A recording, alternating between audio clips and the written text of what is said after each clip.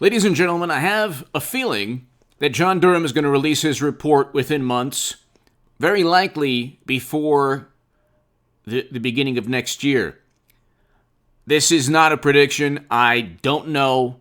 I just have a feeling that it's a special counsel. The mandate requires a report. I'm going to read this to you. How do you solve a problem like John Durham?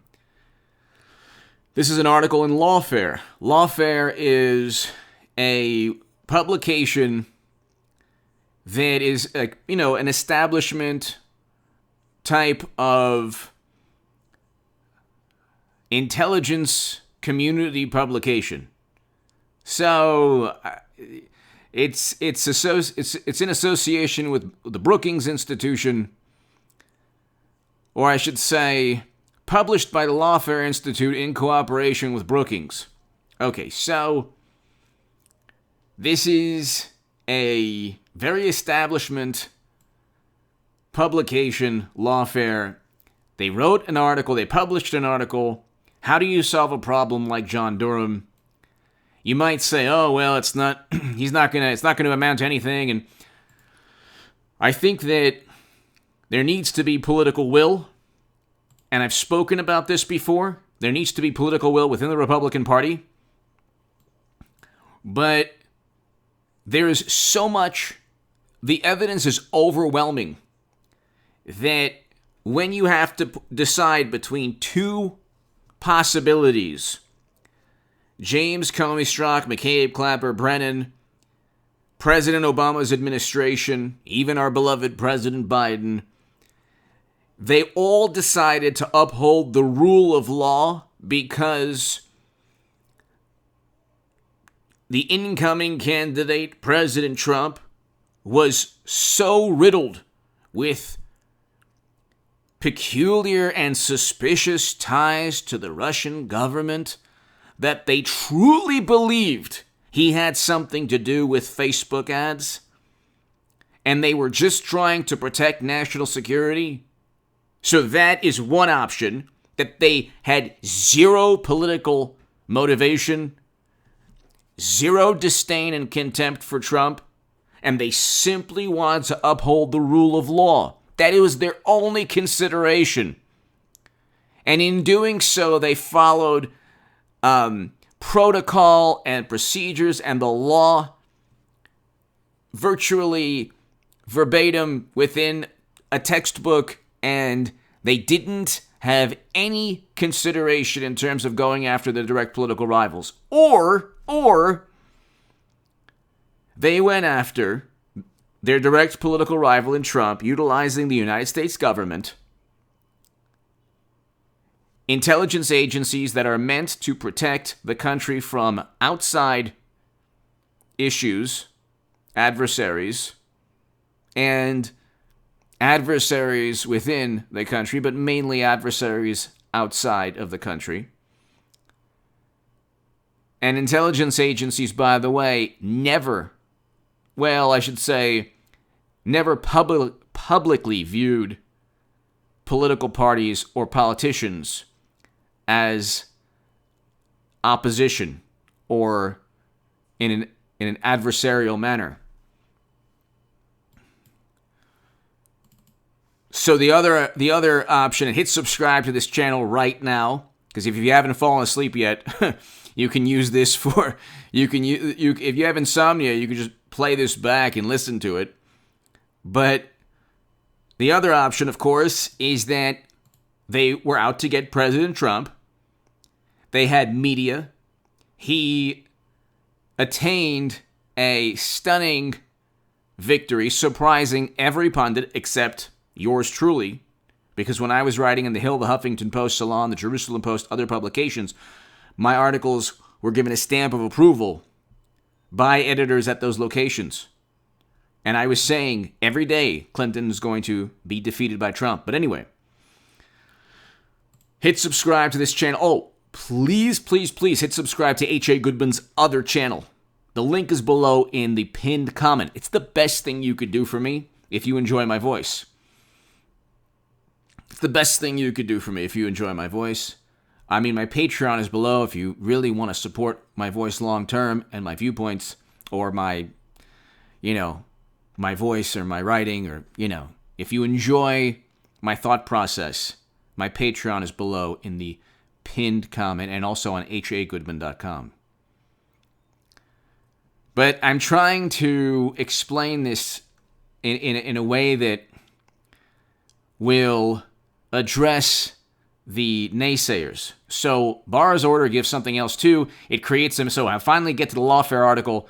Barr's order does something else too. It creates a mandate for a public report from John Durham. The regulations themselves do not do this. They require only a confidential report from the special counsel to the Attorney General explaining the special counsel's prosecution and non-prosecution decisions. But Barr's order goes a step further, requiring that, quote, in addition to the confidential report required, the special counsel, to the maximum extent possible and consistent with the law and the policies and practices of the Department of Justice, shall submit to the Attorney General a final report, and such interim reports as he deems appropriate, in a form that will permit public dissemination.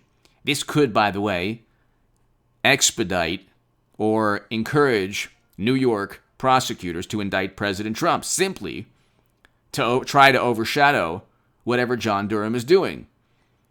Okay, the Durham probe is a special counsel, just like Mueller. Remember Mueller time?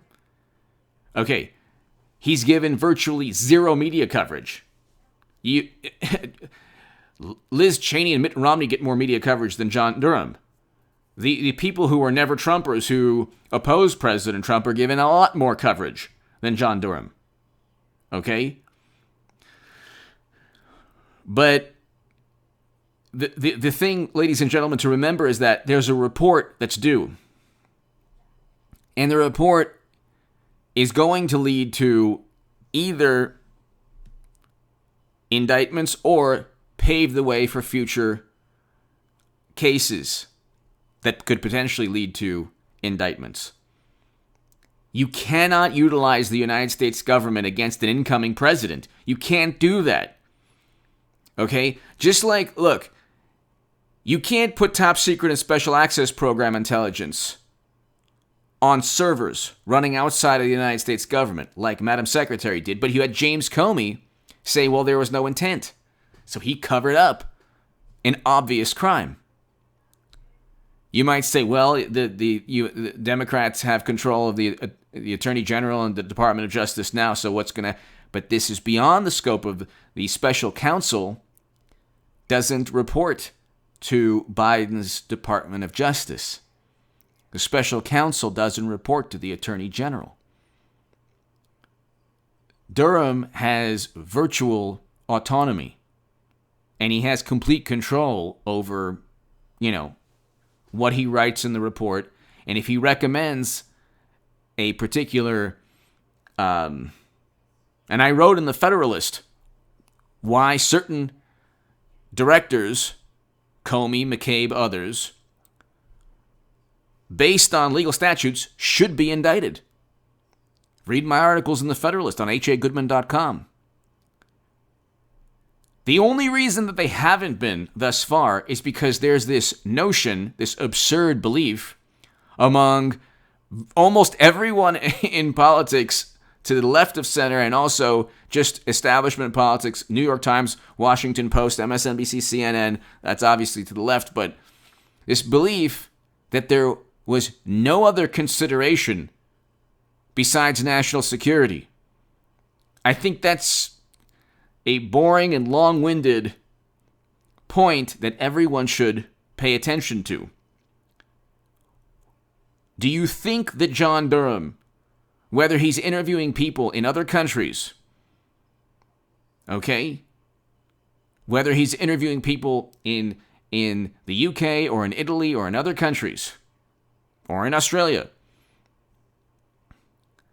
and he has access to a whole lot of data that we don't know about, so much so that he and William Barr stated they didn't agree with the IG report on the beginning of Crossfire Hurricane.